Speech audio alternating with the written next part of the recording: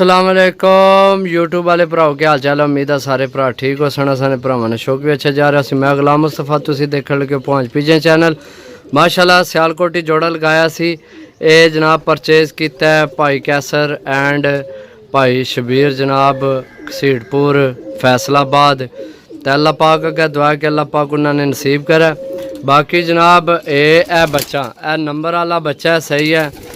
तो ये जनाब असी पकड़िया सी ते तुहानू पता सानू तो शौक को नहीं। तो जनाब मैं आख्या भी चलो फैसलाबाद जा रहे हैं कबूतर ते नाल बच्चा गिफ्ट दे छोड़ने तो देखने जनाब। चलो अल्लाह पाक उन्होंने नसीब करा तो डासन भाई दी तो याद करसन।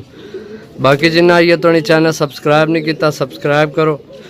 जड़ी असी वीडियो लगाई है अपने भरावां तक आसानी ना पहुँच सके। बाकी देख लो जोड़ा जड़ा लगाया सी सही है।